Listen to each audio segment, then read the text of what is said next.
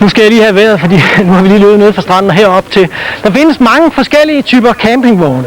Men for en lille gruppe af campingnørder, der findes der kun én type, der dur. Det er sådan en fætter her.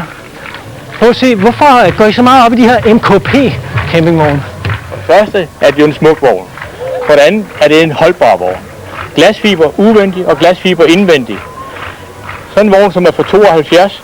Du kan ikke se det. Indvendigt kan du heller ikke se det. Den er vi lige moderniseret, den vogn her. Og jeg er sådan en helt forening deroppe nu. Vi er en klub, ja, som snart har 300 medlemmer.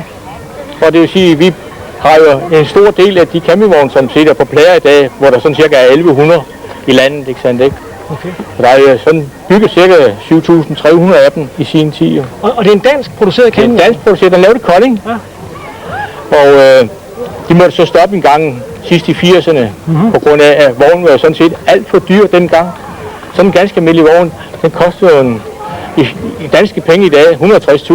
Det lyder dyrt. Skal vi ikke gå ind og kigge ind i? Jo, lad os gøre Fordi at, den er ikke bare flot udenpå, den er også rigtig flot indeni. Den her, den er særlig smart.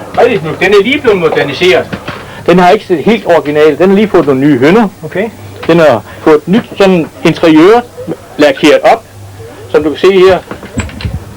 Og det her, det er altså ikke bare... Det er træ. Sådan noget, det her, det er nøgetræ. Udvendigt og indvendigt. Så der er blevet kælet for de her campingvogne her? Ja, det er helt for det. Ja. Og som du kan se her, glasfiberen højglanspoleret, ikke sandt, ikke? Men nu siger du, at fabrikken er lukket. Det må være ret svært at skaffe reservedel til. Hvad gør I, hvis der går et vindue i stykker eller et eller andet? Vinduerne er altså vores største problem. Fordi sådan en som det har dobbeltglas, det kan vi altså ikke få fat i nogle af nye dage. Så kan man sætte enkelt glas i. Men ellers så har vi to her. En på Sjælland og en i Jylland, som får fat i de gamle vogne, som ikke kan køre mere.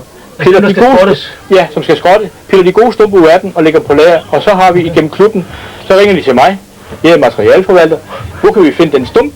Og så ringer jeg over til Lars eller til Per, og så har du den stump? Ja, og så formidler jeg de ting der. Okay. Det er svært at skaffe reservedel, fordi den